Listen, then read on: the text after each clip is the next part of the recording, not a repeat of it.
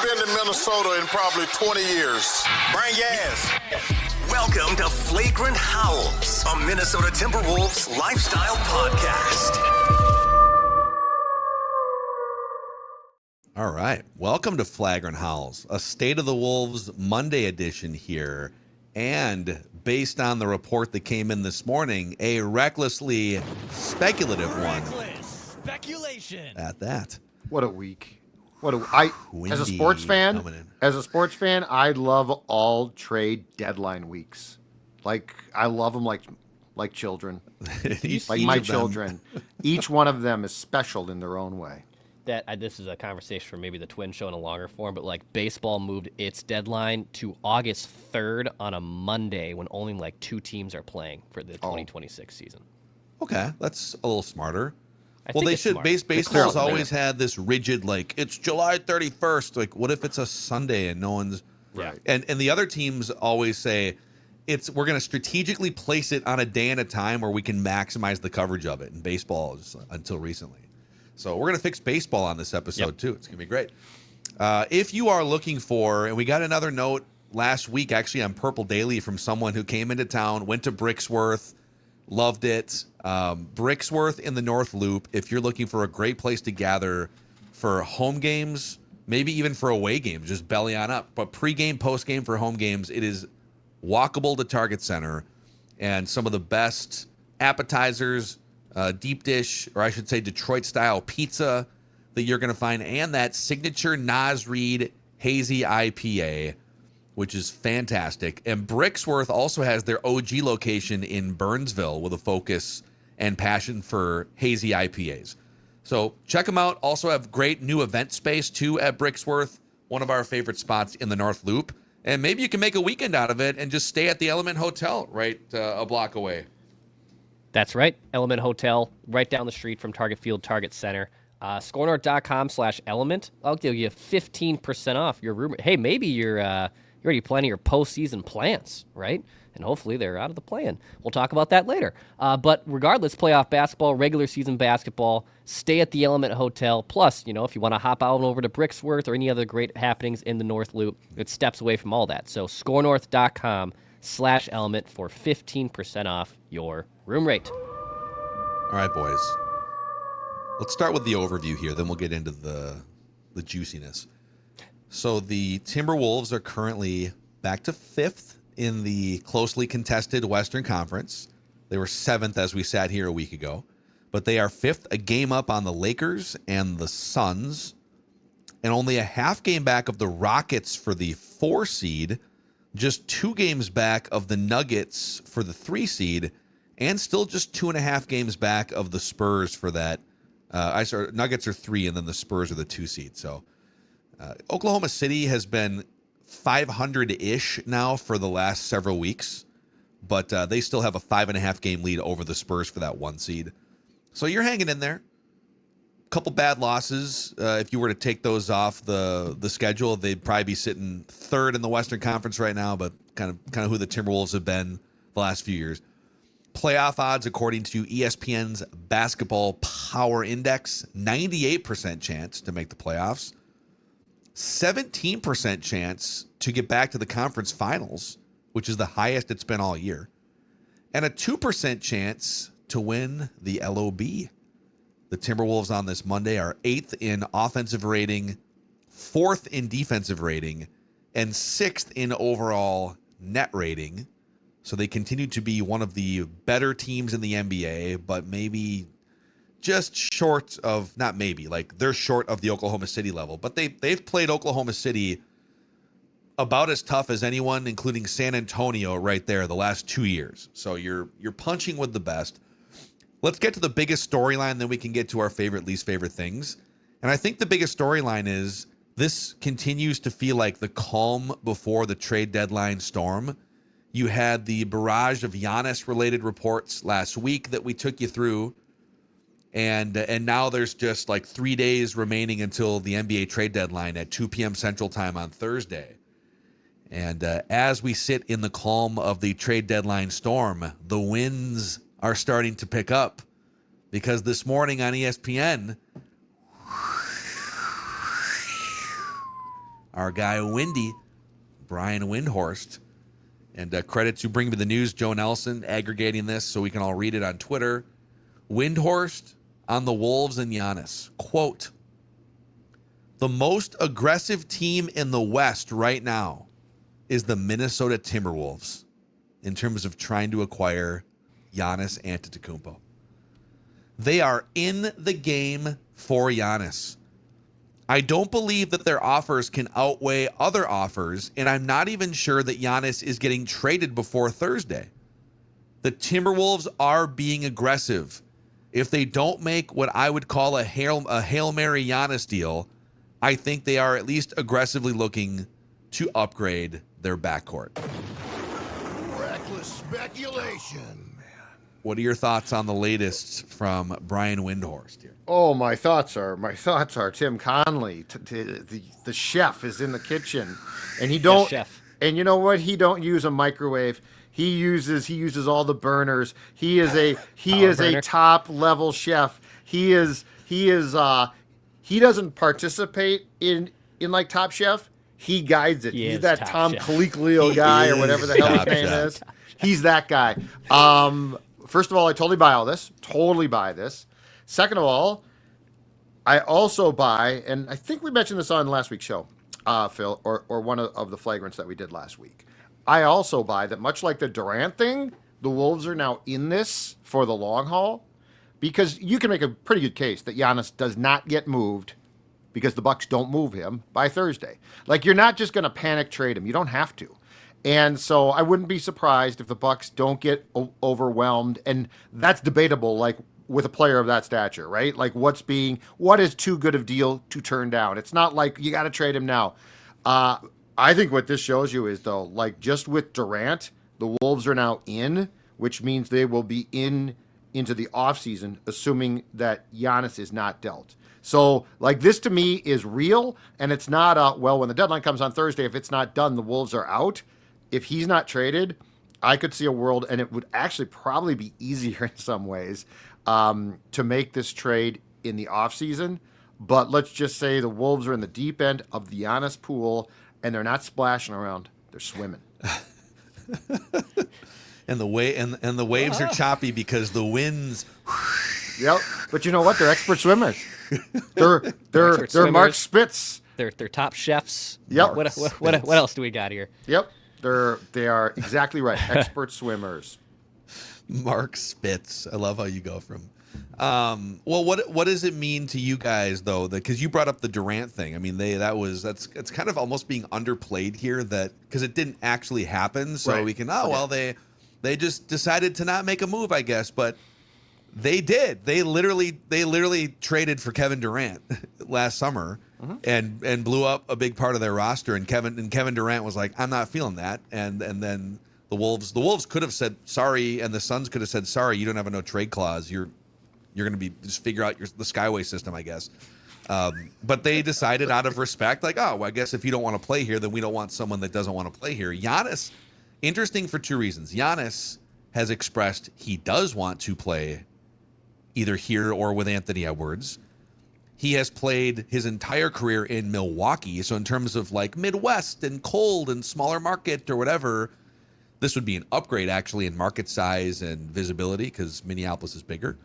Yep. But what does it mean to you guys that whether it was the Durant trade that they nixed or the reported aggressive nature, the way they're going after Giannis, and the fact that to acquire either one of those players, you'd have to give up like 3 large chunks of your current, if not more, Western Conference Finals caliber rotation. I mean, Tim Connolly seems not only very willing, but aggressively trying to blow this thing up and like repiece it together around another superstar in Anthony Edwards, right?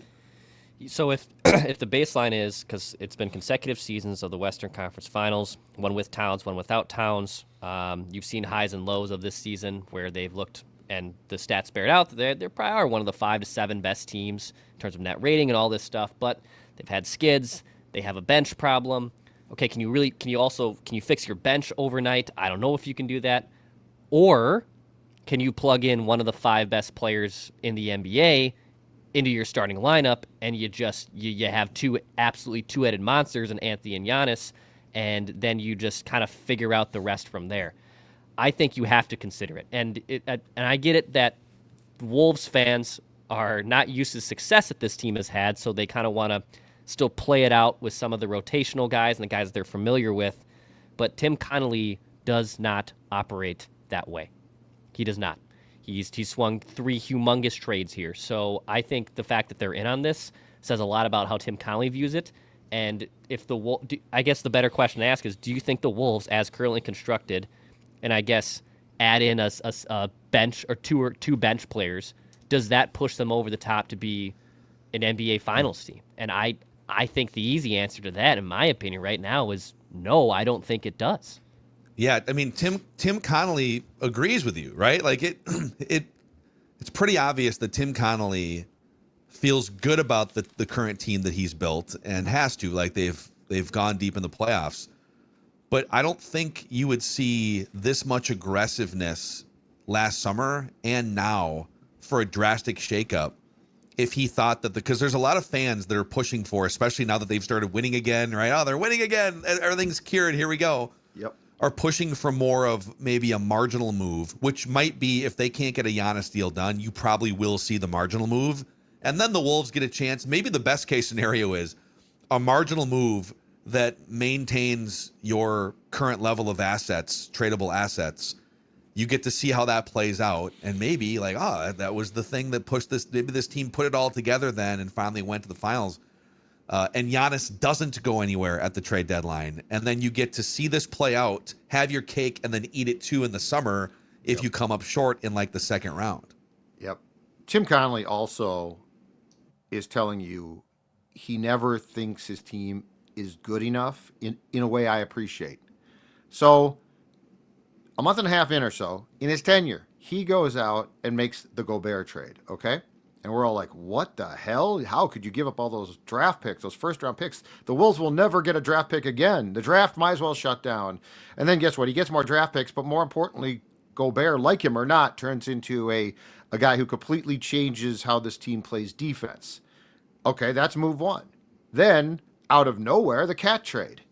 Oh, how could you trade Cat? Loyal player. He's a good player. He and Ant team up.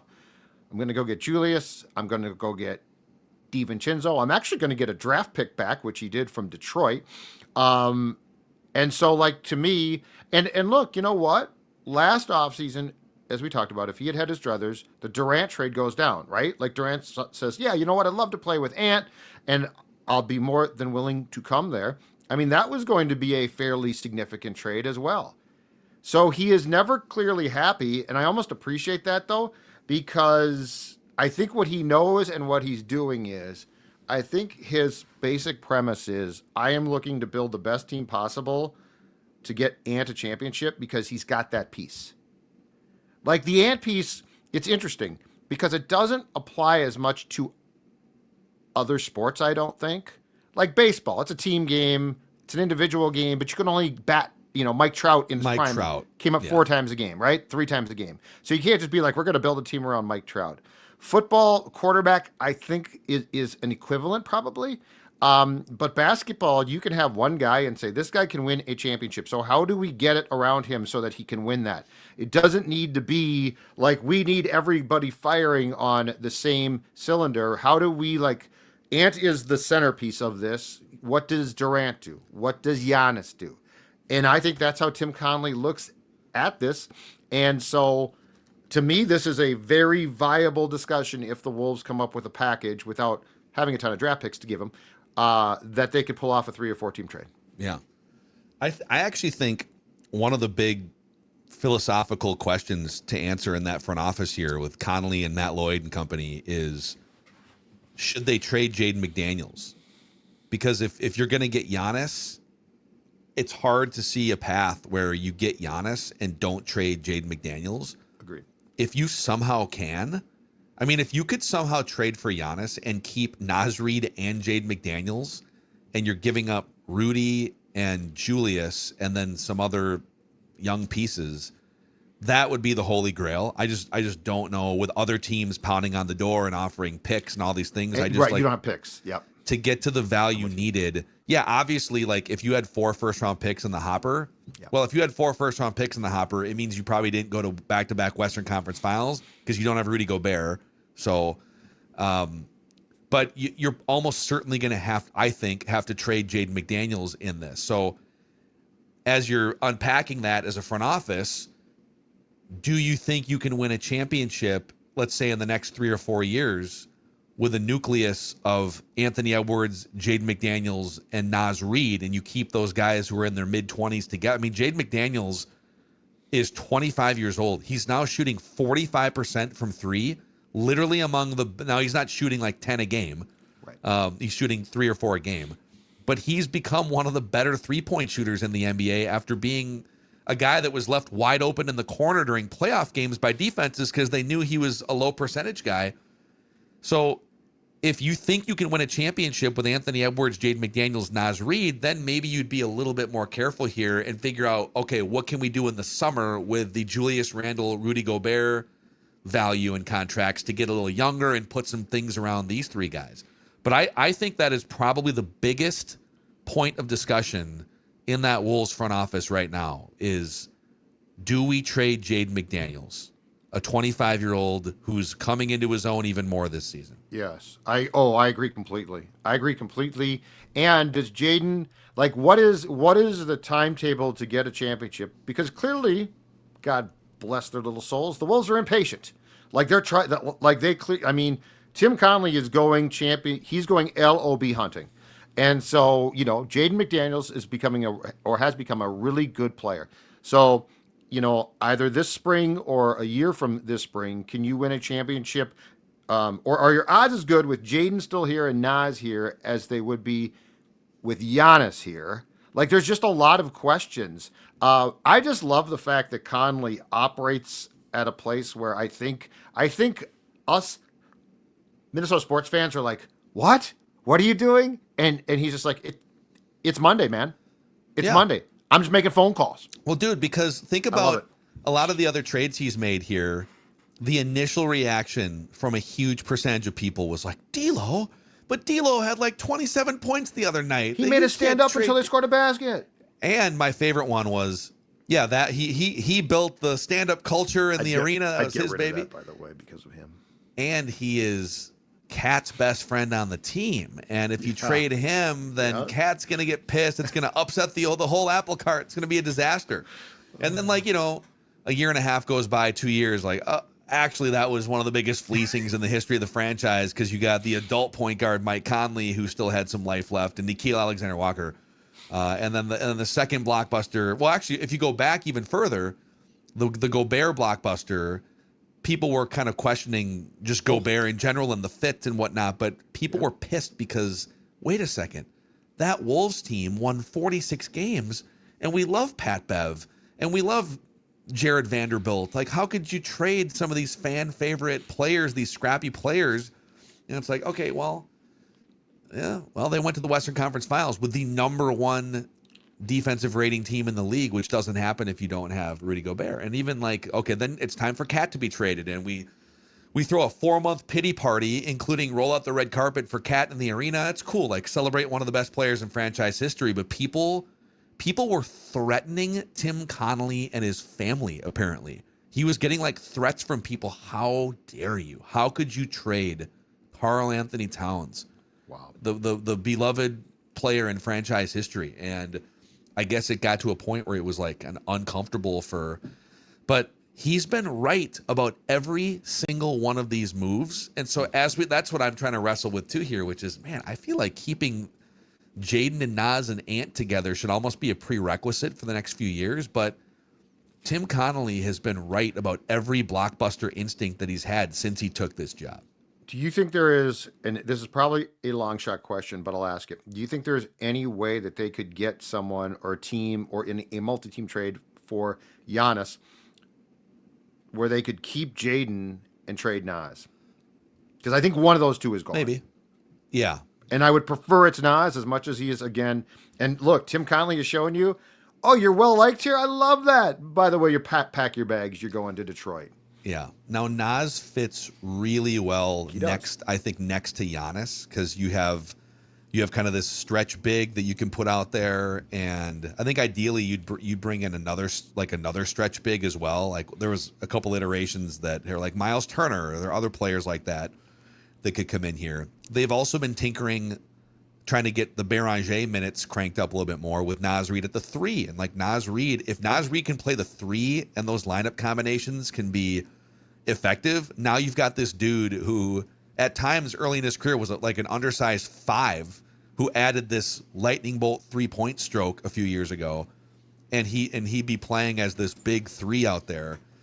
So, yeah, that's I think the Jaden thing and maybe the Naz thing are the biggest things they're wrestling with, and then of course you got to worry too a little bit about Giannis's calf and injuries. Is this going to be one of those situations where you make this trade and it looks great? Okay, they even were able to keep either Naz or Jaden, and then like this season's a wash because Giannis has a calf problem, or it gets worse in some way. So this is why I almost think being able to get to the offseason and slow down a little bit and make a decision based on not this is what we need at the deadline, but what's the best for our long-term future. Yeah. This is why I would almost prefer to see him not traded by Thursday, because I think the Wolves would still be in the trade talks. I think he's being dealt. Like, I don't think he's going to say, you know what, I've thought about it. The Bucks aren't good, but I don't care. So I think he's being traded at some point regardless, much like Durant was. But I do think it would almost be beneficial to have a little bit of breathing room. Yeah. I'll throw this out, too, just in the spirit of reckless speculation. Reckless speculation. I don't know how credible he is, but Evan Sidery has been an NBA reporter on Twitter. I know that he used to cover the Suns, and so he's been around like league circles. Sometimes I feel like, I don't know, I can't tell what he's originally reporting and what he's like maybe messily aggregating from someone else, but he did put out on Twitter an hour ago here, the Wolves are gauging the trade value of Julius Randle and Naz Reid for a potential Giannis Antetokounmpo blockbuster. Minnesota will likely need to surrender a package of Randle, Reid, and Jaden McDaniels to satisfy the Bucks' significant draft pick threshold for Giannis. I guess that's if they were to work directly with the Bucks. And I think in that case, with the salaries, you might even get Miles Turner back in return if that was a direct trade. But I think the more likely path is you bring a third and a fourth team in, see if there's another team that values Randle as like a first-round pick. Does someone But if this is the case, and it's like Randle, Reid, and Jaden going out, and you're left with Giannis and Gobert and a crowded an even more crowded lane than you've had before, like Giannis plays on the inside, man. I know. And Rudy took a 3-point attempt the other night, but at some point he's going to rattle one in. But I don't see how you can trade for Giannis and keep Gobert. I don't know that works when you're trying to create some more space for both Giannis and Ant to operate. That would be very odd. That would be very, very odd. And I also don't think so. Conley doesn't strike me as a guy that operates like he is. He can be spontaneous, or a trade can look spontaneous. But if you look at how his trades have gone, I don't think any of those trades have come off as like spontaneous, where it's like, what were you thinking? Yeah. To go back to the D'Lo trade, right? Like, that was a great trade in season, but that was also a very tactical, well thought out. This is what we're exchanging. This is what we're doing, and it worked instantly. So yeah, Gobert and Giannis on the same team, I think they'd collide, like literally just collide. Yeah, it would be. I don't know. I just don't get how the spacing would work for that. I guess in the 90s, maybe just put a couple big dudes in there on the blocks and see what happens. The other thing I'll say about as exciting as his name is, the other thing I'll say about an in-season Giannis trade that would be made by Thursday is, I know that Ant like Cat, but I think that Ant and Naz and especially Jaden are like really, really close. Mm-hmm. And you have to be cognizant of that as well. Sure. Like I don't think at the end of the day, I didn't get the feeling that Cat being traded it threw him for a loop. But I think in season, because keep in mind that was at the beginning of training camp. In season, I feel like that could be an issue for Ant. Yeah, but if at the end of the day, Ant, hey, like one or two of your friends are going to go over here, but then you get to make a new friend, and he's one of the Sure. 12 greatest players in the history of the NBA. Like, well, no. And he wants to play for you, like wants to play with you. No, but my question is, if you did that now, what would be, because we've certainly seen this team take time to adjust, but if it's at the start of the season, it's not great, but it's fine. It works because the adjustment. I guess my question, like if they did this and they kept Gobert and they got Giannis and they send Naz and Jaden out, just talking about the spacing, talking about the chemistry, I just don't know how long it would take for it to actually start to gel. Whereas if you had a whole training camp, I think that would definitely at least help a little bit. I do agree with that, which is like if Oklahoma City, these teams that have been machines for the entire year and beyond, like won a championship last year, and they all have worked together and they know how to operate in these series, and then you're putting together half a new roster on the fly. It is hard to imagine that process beating Oklahoma City in a 7-game series. But I think you're also making this trade less as a desperate half-season move and more for like a 3-year arc.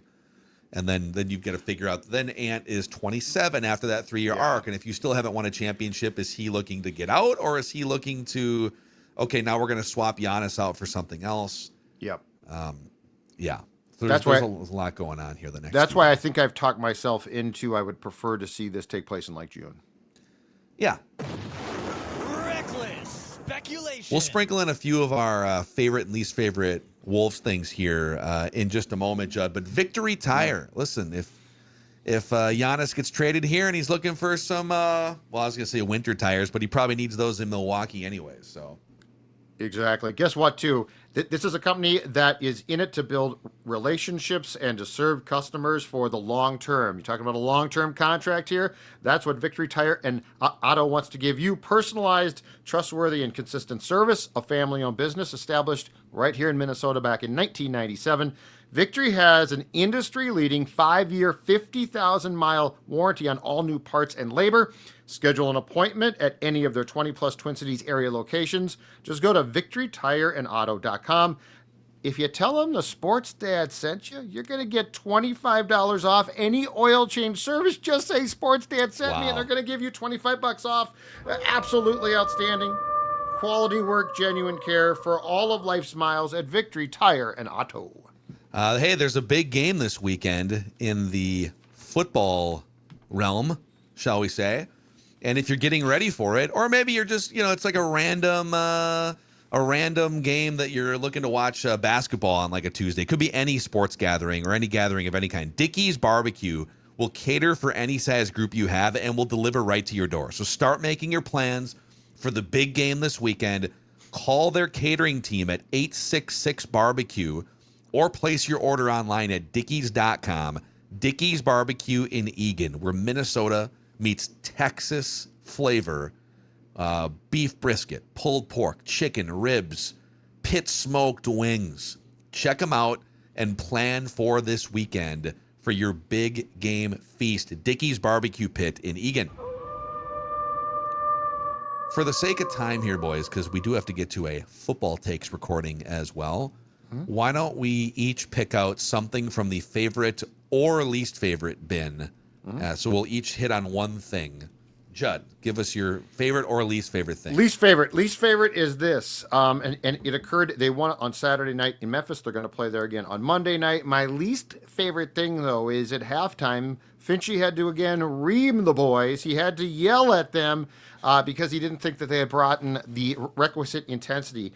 And I don't mind the fact that he did that at all. But what I don't like is postgame. Ant's quote. So Dane Moore of the Dane Moore podcast was the only reporter from the Timberwolves side of things there. So Ant gave him a great response. So it wasn't like a bunch of microphones and stuff. It was a one-on-one. And Ant's quote about being reamed by Finch and the fact that the coach was upset was, quote, "Nights like this, man, it's super hard to find not the why, but like the energy to put behind on every play, just because there are missing guys from the Grizzlies, guys not playing. So I feel like it's a normal thing to think as far as a group, like, oh yeah, we've got these guys." And it's just a mentality. You Look, don't. this is a really good team. You never have these guys. Right. Just, keep playing hard. And like, how often do you have to play the Memphises of the world and have it be too close? If this was like the first time or something, I'd be like, yeah, this happens. But my least favorite thing is if you're going to be a championship team. I mean, do you think Michael Jordan said, yeah, you know what, tonight it's Orlando. I don't give a crap. No, he said, I'm going to go score 50. Like, I just want that mentality of we do not care who the opponent is. You're going to have some, and you are going to have some off nights. I get that. But with the Timberwolves, it's just like this cruise control with bad teams, and it drives me crazy because I think that mentality is not a championship mentality. Yeah, it is. It's weird that they need every time external poking or external motivation of some kind. And I think if you're going to become a true, actual NBA champion, they don't seem to have that problem as much in the postseason. But that has to come more from literally just waking up in the morning and wanting to destroy who was ever on the calendar today for 2.5 hours. And in the Western Conference, it is the difference between being a playoff team and a play-in team. Yeah, and it might be at the end of this year, 100%. Dex? Yeah, let's have a quick conversation on the curious case of my guy that is Jalen Clark. So Jalen Clark, over that losing streak, the 5-game losing streak from the Houston game through the first Golden State game, was horrible. I'll put it in the context of this. He played 59 minutes in those 5 games, scored 6 points, and was a minus 34 on the court. He was in a defensive slump, according to Chris Finch. Defensive slump is a way to put it. He's not going to score a ton of points, so I guess Finchy is, right there. That like his offense is not his game, his defense is. But then, over these last 4 games, where they've now won 4 in a row, here comes Jalen Clark again. He's played in 68 minutes, again, only 16 points scored, but is a plus 42 when he is on the court for the Wolves. So he's this interesting case, like we made the point of you play him 15 minutes a night, you usually win the game. They've lost now a few of those situations. He obviously, there's been a few situations where they've lost those games, but he doesn't bring a ton of offense, but his defensive prowess is so important. But when you're playing that limited amount of minutes and you were that poor during the losing streak, defensive slump is certainly one way to classify it if you're Chris Finch. Yeah. He needs, I think, especially if they were to gut some of their depth and make a trade, I think he would probably stay, like if Giannis was around, and his role would be even more highlighted. So 2 quick things, one on each side for the road here. I thought Jubb was going to go down the Mike Conley route for least favorite thing. Chris Finch adamantly kind of pounding the table. He's been great, and he brings intangibles, and he does bring things. He's not valueless on the court, and he has been like the other night against Memphis. He didn't score, but they were a plus 18 in the 18 minutes he's out there. So they're not like he's a professional enough to sort of figure out how to navigate and add some value, despite being almost entirely cooked as an offensive player. But my least favorite thing continues to be his offensive output. It puts so much pressure on Naz Reid, how thin they are. If Naz Reid doesn't have a big offensive game off the bench, where's the offense coming from off the bench? Like, there's literally nothing. And over the last 17 days on the calendar, Mike Conley has made 3 shots. He's 3 for 23 over the last 2.5 weeks, which is 13% from the field. And again, since the middle of November, which is a 2.5 month sample size, he's shooting 27% from the field and 26% from 3. So it's it has to change if he's going to be, because if you get into a 7-game series, remember when we used to complain about in some of the big games that Rubio played in, defenses would just sag off in the final seconds and just dare him to shoot, and we're kind of getting to that point with Mike Conley here. It goes against your intuition because like he's been an awesome 3-point shooter, but he has nothing in that bag right now. And then on the flip side, favorite thing, one more thing on Jaden McDaniels. I love the fact that he went into the lab this summer. He was a 33% corner 3-point shooter a year ago, which was a career low. Way below league average for corner threes, which are the easiest statistically threes to make. It's the closest. Usually you're wide open because the defense has like sagged in and it's being kicked out to you. And so he was with a lot of open looks. 33% on corner threes a year ago, 51% on corner threes this year. He's become lethal in the corner, and he's being smart about it. He's not just launching and launching and launching. He's oftentimes taking the easier path and getting into the mid-range and getting to the rim, where he's also been awesome. So major credit to Jaden McDaniels just overall, but for specifically fixing the biggest problem for him and some of these Wolves lineups, where the way that it has to be set up with Anthony Edwards and Julius Randle on the court, someone's got to stretch in the corner and be available to shoot those shots. And teams were gleefully allowing him to just be open and shoot those shots and clank them. Not anymore. 51%.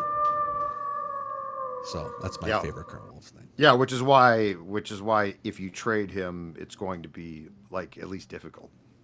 Yeah, it's not a no-brainer necessarily. It is not a no-brainer. It's a big, big decision in the coming days, and we'll keep you posted. Giannis Watch 2026, and the trade deadline coming up. You'll see a bunch of Flagrant Howls episodes this week. So if you're not already doing so, click that subscribe button on the Flagrant Howls YouTube channel, the like button on this video, and also on the audio side. You can help grow this podcast and awesome community by giving us a 5-star rating and a positive review on Apple and Spotify. For the Sports Dad for Dex, I'm Phil, and this is a Timberwolves Lifestyle Podcast.